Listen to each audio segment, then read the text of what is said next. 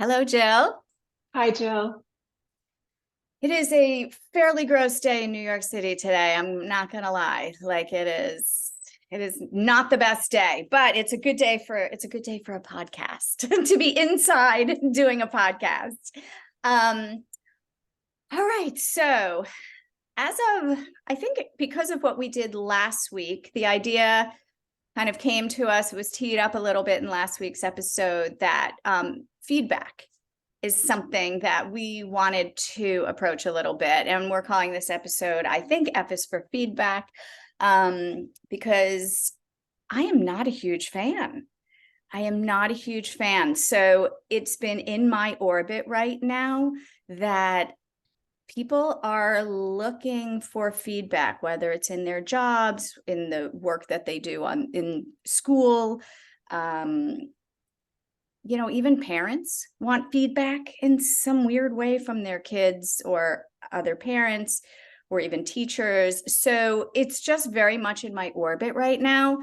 And I feel like I want to dispel the myth or the need that feedback is important, is required, and what can we do to fill that void that people may be left with if that is not forthcoming.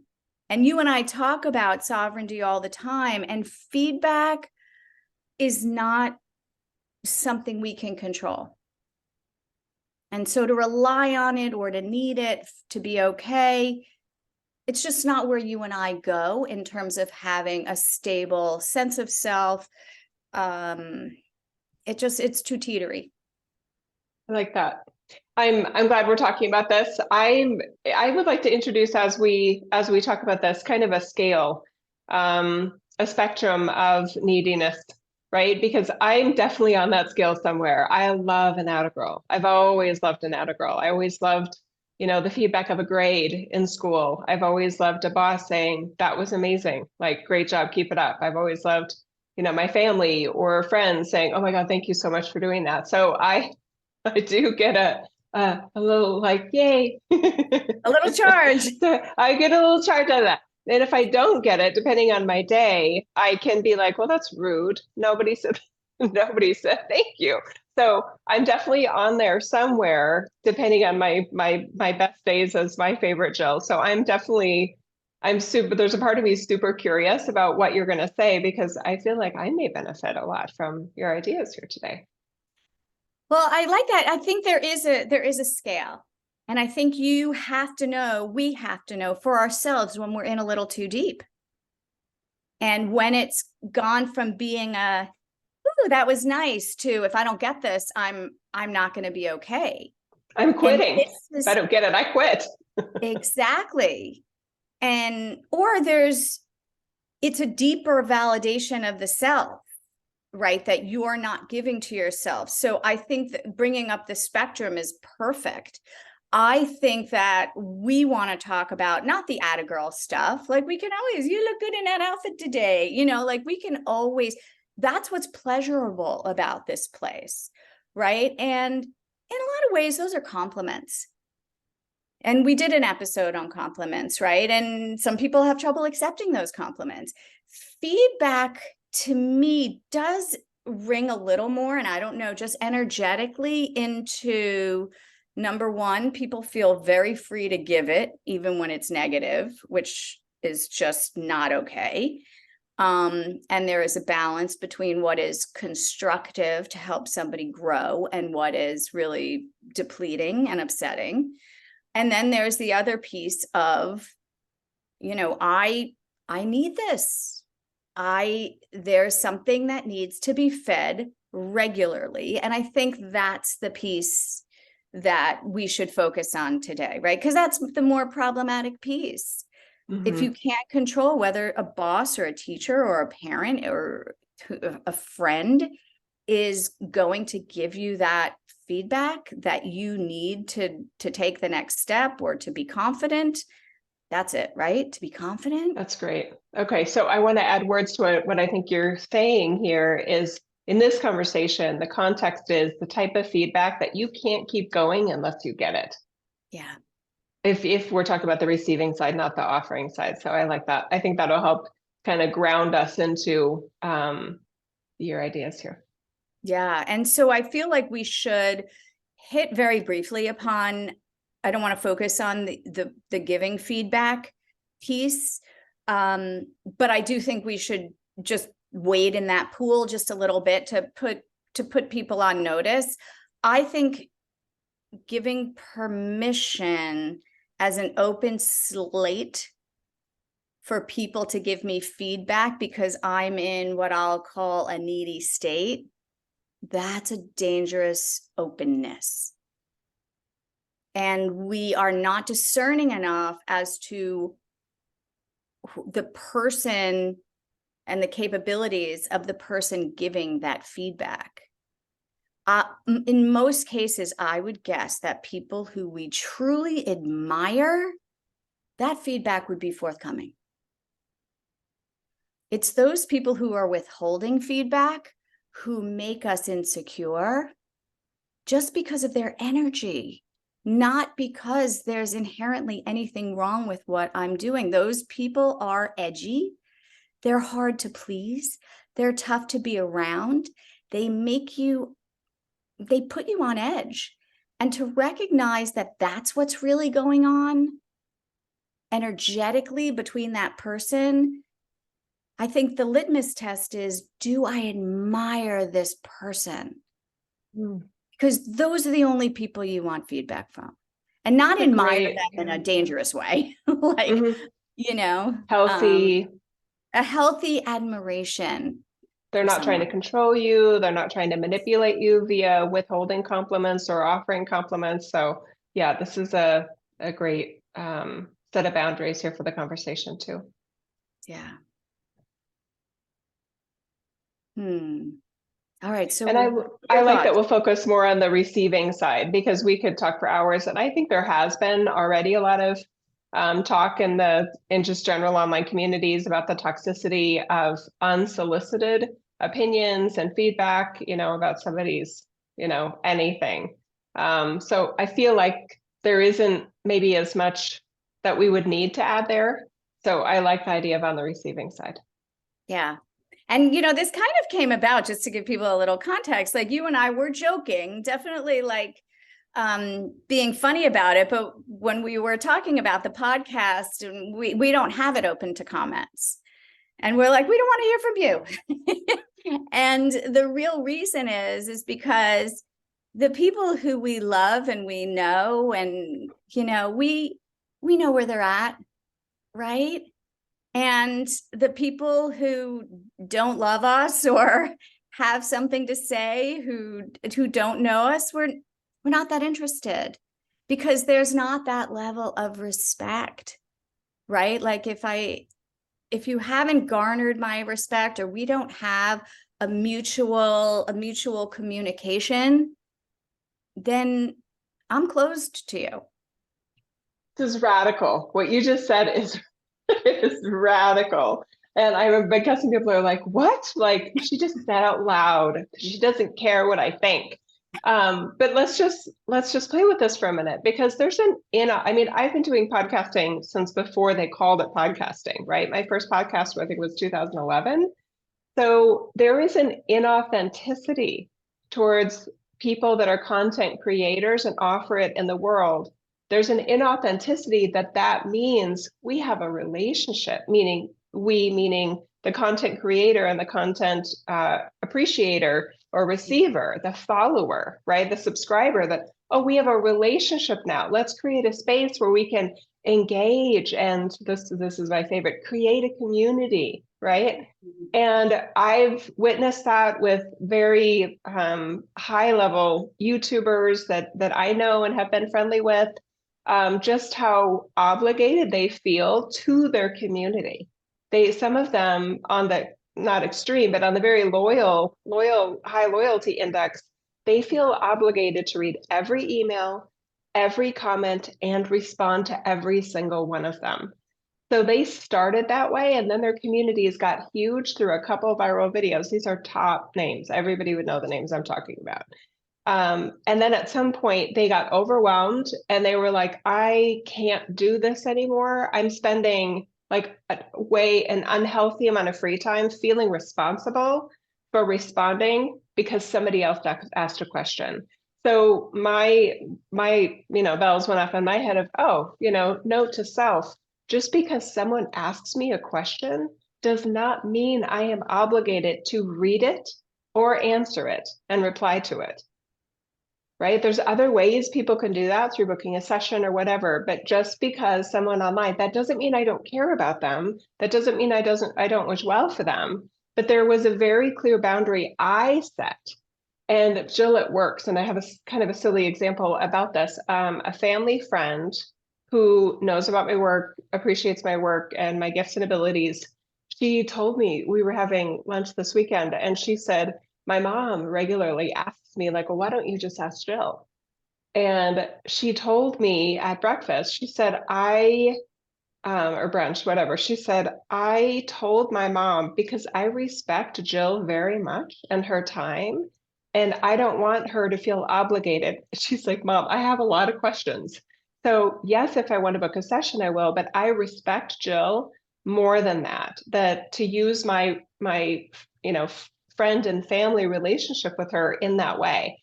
And I was like, "Ah, that is, I appreciate that so much. I mean, I gave her an extra hug that day because I just appreciated her sense of space and boundaries that, I mean, I don't do that with my friends that are docs. I'm like, oh, can you look at my eye really quick? I got this weird thing going on. I don't do that because I respect them. If I want to utilize their physician services, then I'll book an appointment with them, right? Through their office, by the way. I won't text them if they have an office manager. So I'm that way. My favorite people are that way, but online communities and definitely podcast creators, we've gone rogue.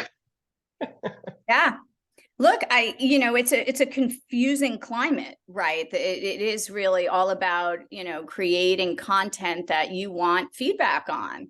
And I think that that's just endemic of, take it out of that creator content and user space. And I think it is endemic of what we're talking about. Where does that need come from?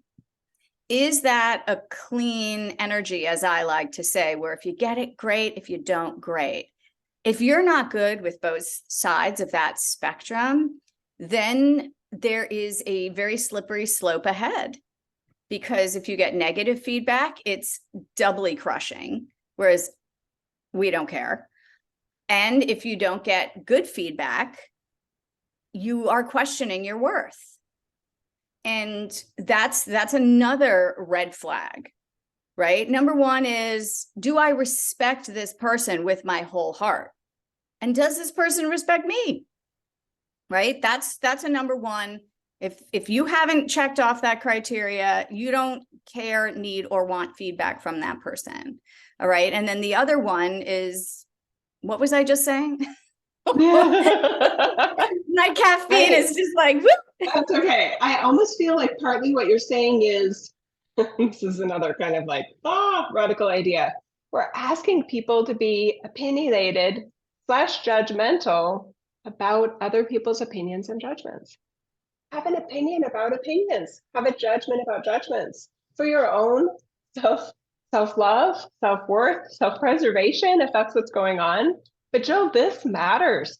I have so many, and they are community members. And it's not because I've, coddled them or been inauthentic with them, but the community members I do have in my other work, these are individuals that they're the epitome of a content creator, and they don't create, they don't share publicly because they are terrified of online engagement that is disrespectful, trolling, heart crushing, right?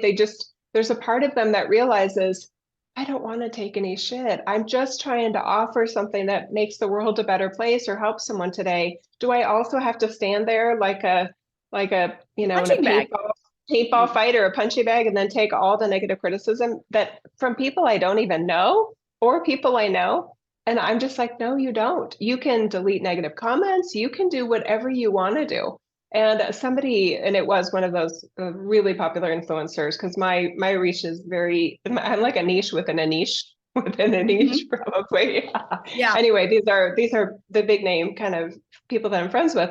They're like, so you delete negative comments? I'm like, yeah. And they're like, why? And I said, because I look at it as the stuff that I'm creating on my platforms to me feels like a dinner party or like a fence on a house or the front of my house.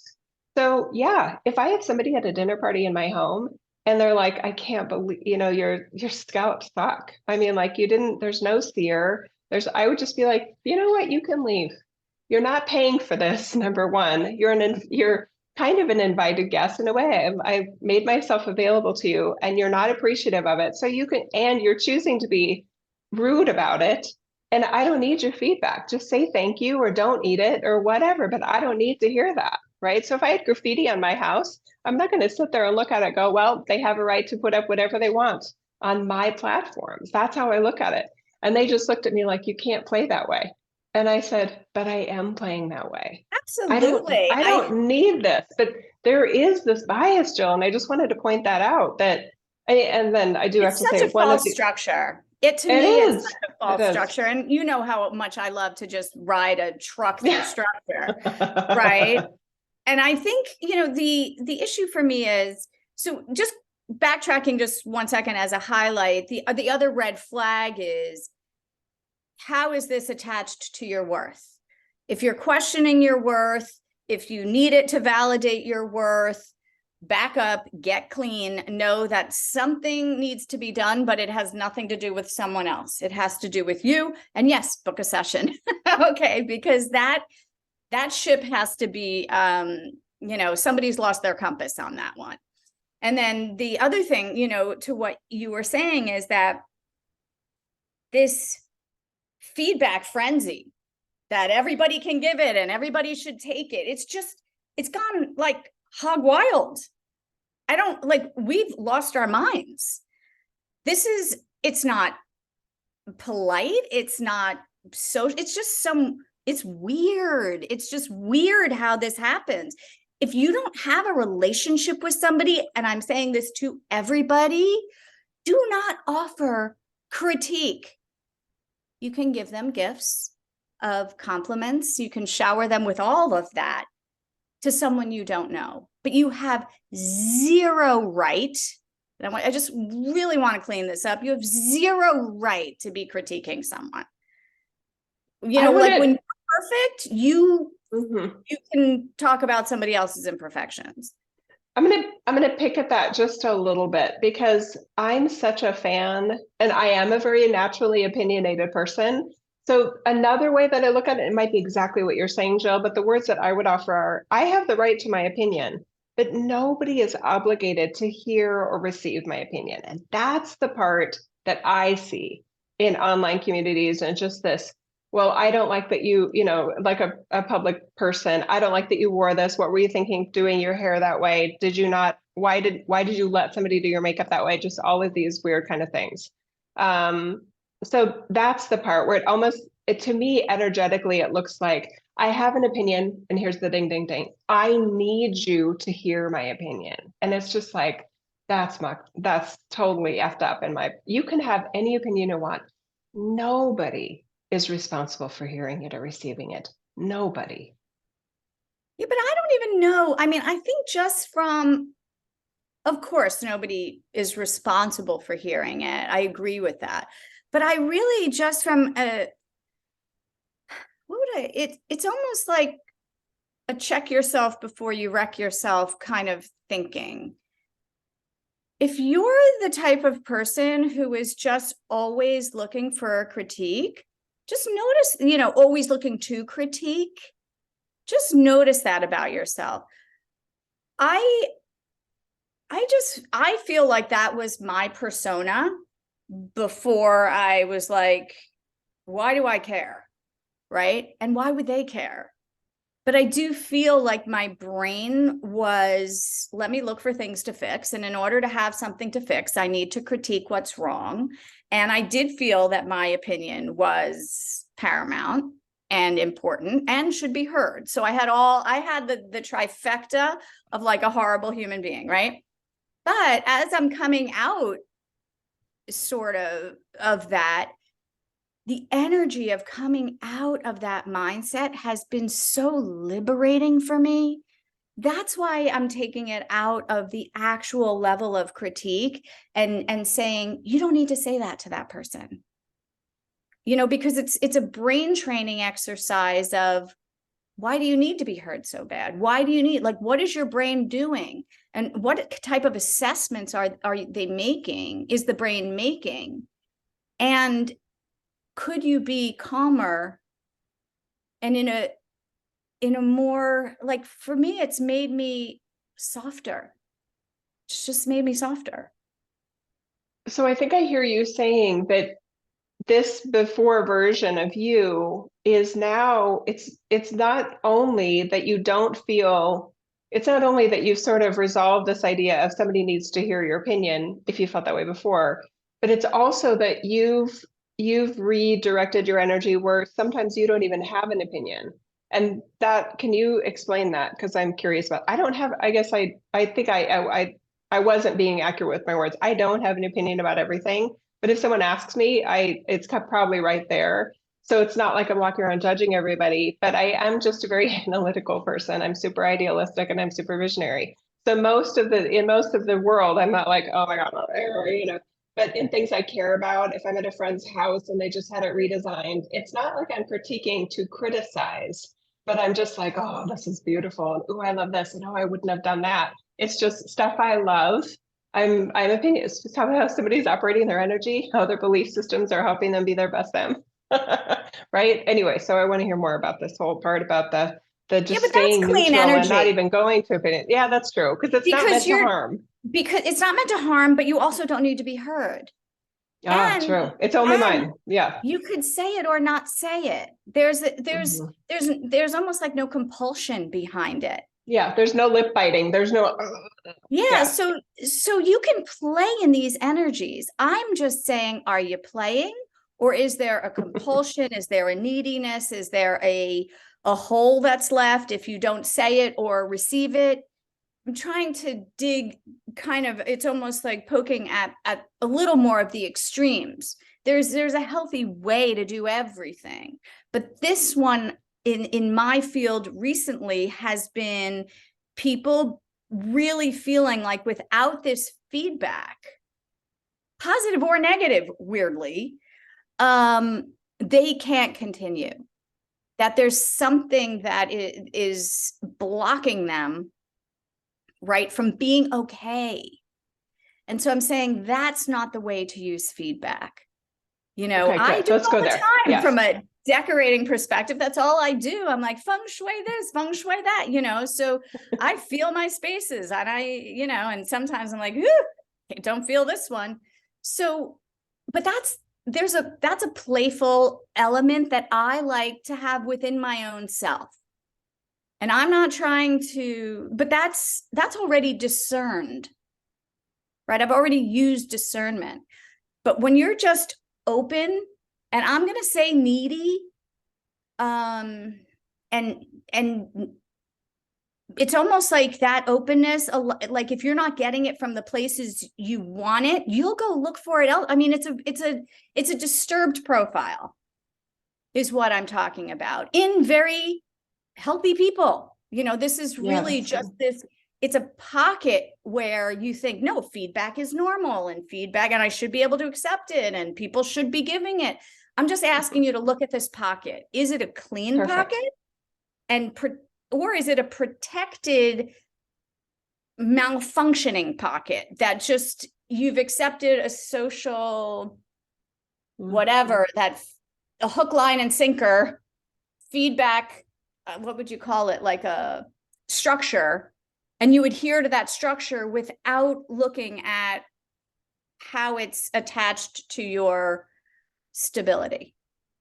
Value and worth, Mm-hmm. right? Okay, so thank you for getting me back on a good track here. So I wonder, it feels like it would be really healthy for someone who does sort of identify with that, like, wow, if they're thinking for themselves, they might be on that needier side of that spectrum. And like, no, I do need feedback. And wow, I do ask for feedback, positive or negative, in a lot of situations or certain situations in my life, and I'm not getting it. And it's really causing dysfunction.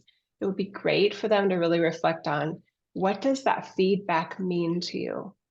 What are you really looking for? And I feel like a kind of a beautiful, self-reflective, just calm, deep breaths, a series of why type questions. I want this feedback.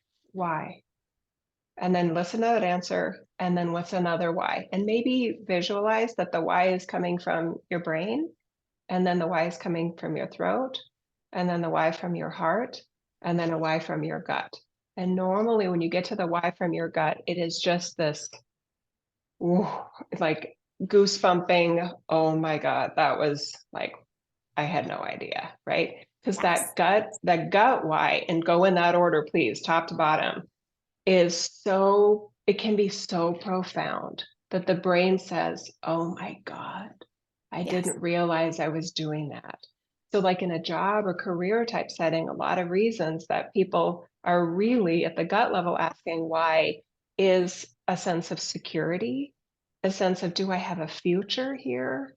A sense of, are my hopes and dreams for this profession or for this business venture going to be materialized? We're giving that feedback from one individual or one community way more credit than it deserves. And power. Yeah. Yes. I love that exercise. I don't actually do it with the space. I've never done like that. You just keep asking why until you get to the one that kind of gets you in the gut, right?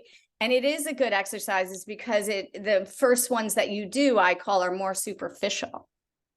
Why do I need this? And then you get your answer, and you ask why to the answer, and then you just keep drilling down. It's a really good exercise. And another thing, I think, to help decathect, if you do end up on what I'll call the needy spectrum, no judgment there, right? It's just the program that you've lapsed into. But if you are on the I really need this kind of feedback, and it's continually not forthcoming, when something isn't coming in your life, the irony is it's because you don't need it. And so we're misreading the cues. If you're muscling it and you're trying really hard and you're like, why isn't this person noticing me? I need. The irony is that the opposite is actually true. If you really needed it, you would get it. Right. And that comes from the abundance model, abundance mind, glass half full versus the glass half empty. It is an interpretation of the events going on. I'm not getting feedback. That's a truth. Your brain says you really need it and you're not going to be okay until you get it. But your heart is really saying, I'm not getting feedback because I don't need feedback. Something else is going on here and I'm misinterpreting it. I'm misperceiving it. And the brain is seeing it as a problem, whereas the other part could actually just perceive it as like, duh, it's not coming because I don't need it. And then the other thing I want to say on that spectrum is the way I get from those 2 points, from the lack mindset to the abundant mindset, which is really just perspectives, is the non-player character. We've talked about it before in other podcasts, but it's super helpful to know if you have a parent or you have a boss or you have a teacher or you have a friend or whatever, it doesn't matter. And that person is not giving you feedback or is not doing what you need that person to do. It's incumbent upon us to say that person only has one setting. I'm asking green to be blue. That's not going to work. So look at that person as having limitations, not you as having the limitations. And then once you place those limitations on that character, your brain stops asking for it because your brain is already, oh, that person can't give it. That person just can only say what that person says all the time. And then that helps you move into this other mindset, which is then I don't need to ask for it anymore. And slowly things start to shift. That's beautiful. That's so beautiful. Yeah, asking subconsciously or consciously somebody else to be something they're not is a recipe for disappointment and possibly worse. Yeah. The other layer here to me is clear communication. Ideally, the person that is on the I need is clear about what they need with the person that they need it from, and also that the person that is being needed is really clear. I think of situations, I know when I was in corporate where there was like a fellow team member on a project or something, and we would be like, we had short timelines, we had a lot of work to do, and they'd say, well, we need to go to the boss and ask if we're on the right track and ask at these questions. And my default was normally not to bother the whoever was, ultimately kind of the boss of what we were doing, and just kind of do our best and trust that we are the professionals that they asked us to be in this situation. So it was interesting just as I worked with more variety of teams and individuals and just work styles, personality styles of wow, this and then just oh, you want would you normally, right? I actually had a boss one time ask me to be a gatekeeper for him, and he was, yeah, anyway, it doesn't matter. But while he was on vacation for 2 weeks, he went to the Great Wall in China or something for 2 weeks. And he was like, I need you to receive all the emails from this person. And now I see that person was so needy, and he was so mad at me because he was senior to me, but we both reported to the same boss. And he was like, you're preventing me from talking to him. And I'm like, I'm doing my job. But here's the thing, you were doing him a favor. Maybe. I don't think I was definitely doing my boss a favor. But not, I don't think the other guy saw it that way, but that's okay. He couldn't see it that way. That's exactly what I'm talking about. The misperception. He saw you as being a boss blocker. He didn't have the perspective of being, if I can't get through, maybe I shouldn't be getting through. So that's a really good example of what I'm trying to say, that if something is going wrong in this feedback loop, don't look at it as something you have to keep muscling. The brain says, if it's not working, do the same thing, try harder. More of the same thing that doesn't work is the brain's recipe for most stuff, which is insanity. We all know reconsider what you're asking for. If you're not getting, and you said this really well earlier, if you're not getting what you think you want, reconsider what you're asking for. And now I actually realized that person, he wasn't senior to me. He'd been there 8 years longer than I had. He should have been farther ahead than me in the career path, but he wasn't. And I outpaced him quickly on the kind of career ladder and levels of the corporation. So there was something, I think there was a sense of needing. I was never his boss, but I could see that he was talking to our boss a lot and, getting coaching and all this stuff. And I'm like, how does he not know what to do? See, there's that's a perfect, what I call grievance blocks miracles. He was so caught up in you being in his, energy frequency, cutting down the communication, that he couldn't recalibrate. One of the brain's most, what would I call it? Most important qualities that we don't use enough is the ability to shift sets. We do not pivot well. When we get on a track, when the brain gets on a track, it's a dog with a bone. It doesn't care if that track is on fire. It's still going to try to go on that track. And these are places, what I call like the holy instant. It's the moment you can wake up. If you shift that grievance to, I know there's something here for me, right? That's the moment. So he could have said, wait a minute, this isn't working. Where can I shift? And said, this isn't working. Jill's my problem.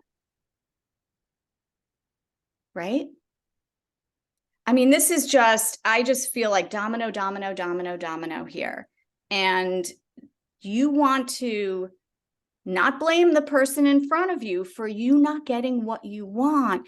You want to say, okay, if that road is blocked, let me pivot. Let me see this differently. Let me just see, rather than being angry and in grievance, what's actually happening. Okay, that road is blocked. That's an opening for you. That blockage is an opening for you. So that's switching it all up. We're just trying to say, I'm trying to say, see that lack of feedback is a huge opportunity. It is. I love what you're saying. Yep. And the other just reflection I have in my own life is that when I have noticed my brain acting like that dog with the bone that will not let it go, there is such freedom once you let it go. And I'm seeing that, at least in my situations of wanting or needing feedback, it's very connected to wanting a certain result or a certain outcome. There is an objective or a goal or a vision I have for how a certain series of steps and pathways will lead. And then when it feels like that result and that outcome isn't happening, the brain goes into, well, I need feedback, right? Or, why isn't this working? Which is kind of related to feedback, right? Because who are you asking? Why isn't this working? What audience are you consulting with? And when you really can step back and see like, oh, this may never go the way I want it to. This may be as far as I can get with this. And then what are my choices? And there can be grieving at that point. There can be, feeling dejected, rejected. And it's just like, oh, this may never be more than it is. And I totally appreciate that parts of the self can be just totally like knocked off its axis by that. But another part can say, I'm so glad I know that now and not 10 years from now. And Jill, I'll be super honest and very vulnerable right now in saying that, I've been doing my spiritual consulting, personal advising, professional advising such kind of work since 2010. It's 2023, right? I love my work. I love the individuals that I work with, but it hasn't grown to the size that I thought it would. And now when I step back and look at like the cash flow I get from the business relative to the amount of heart and blood, sweat, and tears I put into it, there is this sort of, okay, this pace started off great. And then for various reasons, this I may always be a niche within a niche within a niche. So what do I want to do about that? Right? And there's freedom for me in that. I feel such joy and peace in being like, okay, so this is this, and I can love it for all the ways I love it, but not asking something that's blue to be green.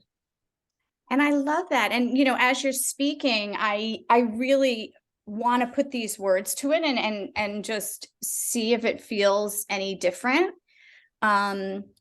Because it's saying, this isn't what I planned. This isn't what I expected. Expectations come from the brain. But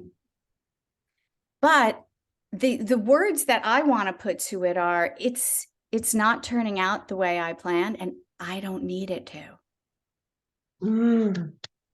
That's beautiful. Right? So when I put that into it, I'm not even holding on, and I'm not sure you were holding on to any vestiges of, I didn't get to where I wanted to be, but let me just look where I am. And I think from what you were saying, you're like, I'm good. But interjecting just this sentence, the acknowledgement of I don't need it to be, I think energetically from that space, then you can just be like, now, what's for me? Some people skip that space and you could end up with a little bit of concrete around your ankle if you're not paying attention. So that's why I just offer that energetically. And Jill, look, if we're like airing our, our dirty laundry here or whatever, I'm in the exact same boat. Right? And you and I talk about this a lot. And I really did just get to the space where I did say to myself, this has been such a huge part of my identity, psychology and the intellectual aspects of it. I love the work that I do. It doesn't get traction. I'm in a weird space of, people can't get reimbursed from, through me. So I am not the first choice. It will be somebody who can get reimbursed. So I just felt like, why am I still holding up this standard? Like I started to see that I was setting the standards for myself and then not living up to the standards that I set. And I was like, that's the dumbest thing I've ever done. Like, why would I set standards and then disappoint it just made no sense. Get rid of the standards. So I have no standards on me. And then the hilarious thing is, once I'm like, that's not for me anymore and I don't need it. Can I just tell you, I got 4 calls in 1 week for client work. And I was like, oh my God. Right. But I'm not interpreting that as this is what I'm meant to do. It's coming in and it's allowing me to love it again. Right. And when I talk to my clients, I'm like, God, I really do love this, but it's without the neediness. Right. And in some ways, I love that you're bringing this up now. Having clients for us is feedback. Right. That we're doing a good job. Having more people watching our podcast, however many views it is, that's our feedback. So energetically, there's still space there, for me as I'm talking about it to just be like, actually in the podcast, I'm actually very good. I don't need feedback. I love talking to you and I am so happy in this space. But I think from an individual work perspective, I was looking, if I was really good at this, I would have clients, right? I would have a lot more clients than I do right now. But yeah, and when I just spoke to one of the people the other day, I was like, I love this and I'm very good at it and I'm very content. And I don't think I would have been in that same place had I not been like, oh my God, I don't need that. Why did I think I needed that? And I did do all of that work. And I'm engaging in a completely different way now. And it is free and it feels great. Oh, I love to hear that. And you are so good at what you do. Oh my God. You are multi-talented. I mean, there's a lot that you're great at. This, there's a part of this also about what you just said about the feedback. And if the brain can easily say, well, if I were as good at this as I want to be, or I think I am, then this would be the case and that would be the case. And I just want to point out that the fallacy of that, because this reality is so dysfunctional and bad at rewarding the top performers. I mean, don't we all know an amazing restaurant, an amazing chef, an amazing, unique, high quality, something, and they go out of business? Or, oh, they didn't make it. And some of us can say, well, I know exactly why it failed. And some can say, yeah, that doesn't make sense. It doesn't make sense. This reality is noisy. There's a lot of misinformation. There's a lot of very effective psychological marketing going on. There's a lot of there's a lot of variables that are beyond our control in terms of a content creator or somebody that's trying to put out something amazing in the world. So just because it isn't going the way you want it to doesn't mean you did anything wrong or that there's specific feedback about it. It just isn't working. So don't ask it to. Don't ask something to work that isn't, did you say plan, that the plan isn't, you had a plan or you had expectations, then stop expecting it. Right? And there's freedom in that. There's self-love in that. There's healing in that. And it is so beautiful. And just because something in terms of like a business standpoint, just because, I mean, if you're doing work like I'm doing and like you're doing, Jill, just because our calendars maybe aren't what they want and aren't what we want them to be, doesn't mean there's not other things. I mean, I've talked about, corporate work again. And when you and I were together in Miami and I was, just my younger daughter and I just relishing in your design skills and just how you walk into Jill Landler's place and you're just like, everything just feels perfect. No. It's just it puts you at ease. It's relaxed. It's just like you can just feel how everything was so beautifully thought out and so perfectly executed. You're just like this. I just feel like there's nothing to solve here. You're just appreciating it. And I'm like, God, Joe, we both love design. We both love real estate. We And I do. joked with you, like, you should get your real estate license, or I think I said we should get a real estate license. And it's funny because I was thinking about that more on the flight home. Like, I love real estate. I was counting actually last night. And I mean, Jeff and I are not, I mean, we're not that old, but I mean, we're in our 50s. We've been on the buyer or seller side of 20 different real estate transactions. Well, I mean, so that we do have a lot of experience. So I'm regularly disappointed in a real estate agent going, really? I mean, like, yeah, you sold our house, or yeah, you did that, but I mean, the house sold itself, didn't it? So my expectations are normally just like the bar is set low. I'm like, God, I could totally kick ass as an agent. I know I could do better than that. but you also Anyway. are bringing up a good point that I do feel that taking this set of expectations that had it's almost like I put it on a shelf, but it still affected me every day. And so recently I pulled it off the shelf. I'm like, why am I holding on to this bucket of shit?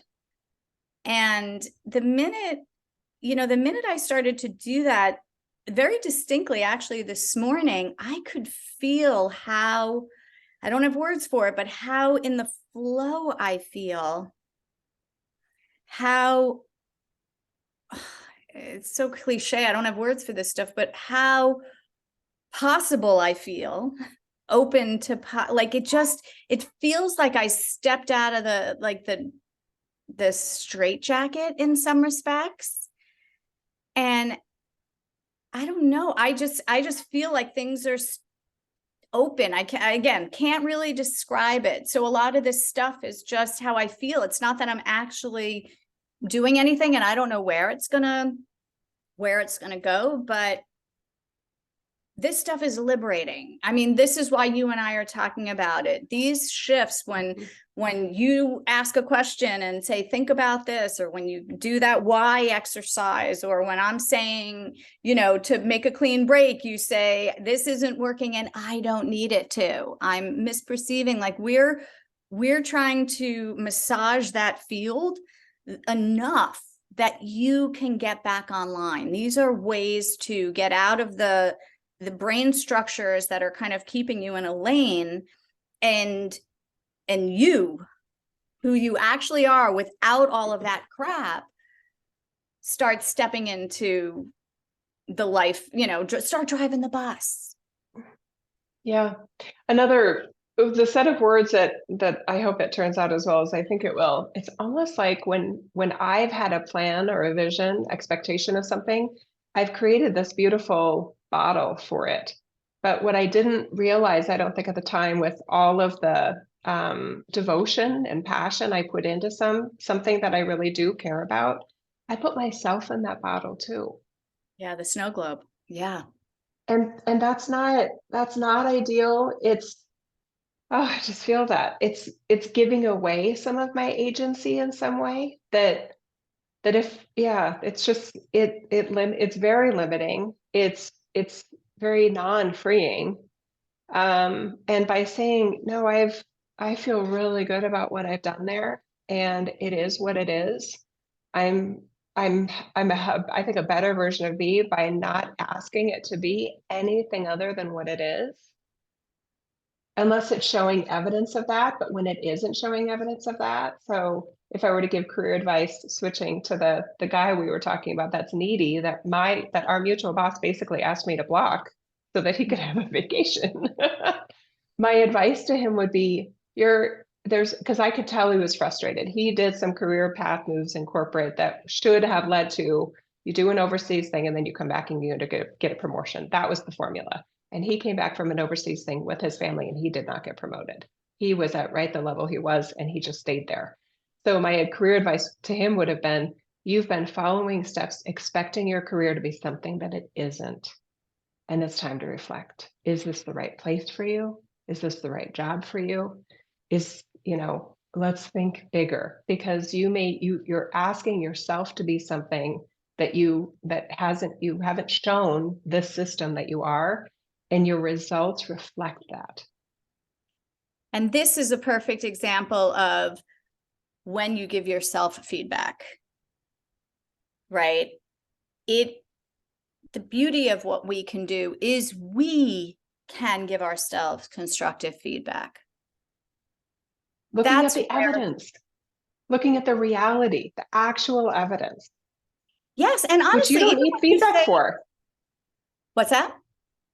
Looking at the evidence that you don't need feedback for. It's like, okay, what did you think would happen? What's actually happening? And just sit with that.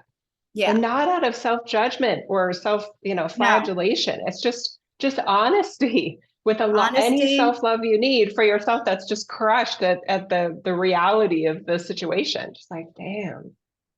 Yeah, look, a lot of us, we stay on the brain stays on the track too long. That happens a lot here.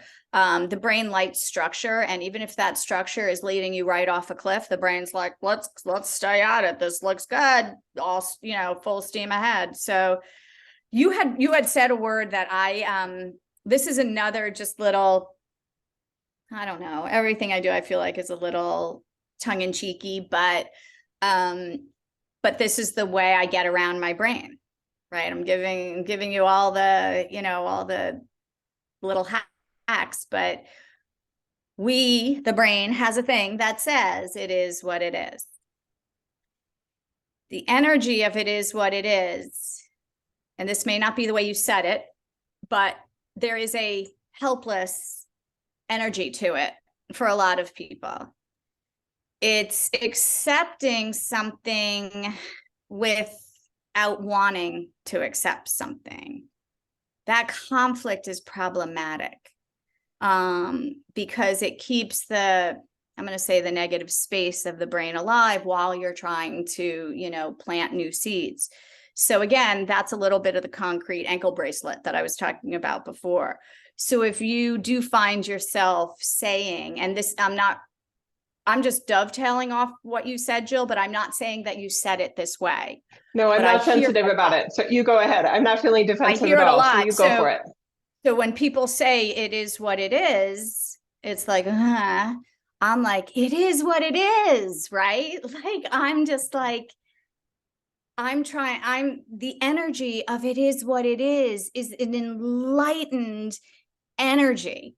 It brings you to, oh my God, I am here to take stock. Like there should be an excitement, not a sort of defeatist, a deflation to it. Mm-hmm. No, I love it. So it is so important. It's perfect. Yeah. Yeah. I'll add that, and with clients, I've helped so many people with this. When they say, so I should just give up, and I'm like, we're not saying that. Is it giving up or is it giving in to the reality of the situation, right? There is such a hustle mindset, especially for small, medium businesses and entrepreneurs and we've talked about this in some of the other episodes of, well, your success is totally in your hands. No, it isn't. If it was, you'd probably already be as successful as you want to be. Your expectations would probably already be met. So the part of us or the part of any of our influenced, people that we do respect and getting feedback from, if they're saying, so you're just going to give up, right? Like you quitter, right? I think we had a whole episode on quitting and just the gift of Yeah. quitting, right? Yeah. There's just a sense of, when I don't feel like more effort. I mean, because my brain can totally go there, right? There's so many metrics I can look at in terms of, for again, just using my own silly little personal example, but how many YouTube subscribers I have. Most of those YouTube subscribers I got were in the first 2 years when YouTube was a totally different deal. There weren't as many, restaurants on the street at that time. So yeah, it's going to be easier to get views. So they're sprinkled and disseminated more rarely. So I can say, yeah, I've got a lot of subscribers, but I don't have a lot of new subscribers. In the past 8 years, I don't have that many new subscribes. So there's just a part of me going, this isn't, anyway, there's just a whole healthy detachment from the expectation that truly is liberating.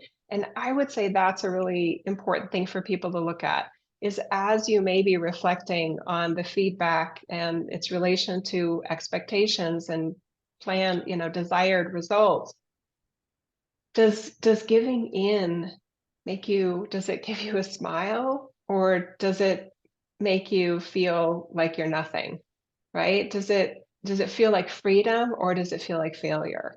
And just really reflect on that. And that doesn't have to be an answer. It's just something to notice. Because I know for myself, when I was really reflecting on, okay, this thing I've made into this business with the primary goal of helping people, it maybe isn't helping as many people as I feel like I deserve to help or that it should be helping. So when I let go of that and just said, it's helping as many as it is, and I can be super grateful of that, but I'm no longer going to expect it to grow like I thought it would or that it should, or to have a return on investment, like tangible investment that I thought it would or it should. And now I can possibly look to other ideas for I could make this more of a hobby, invest less passion in it, have different Well, wait. expectations for it.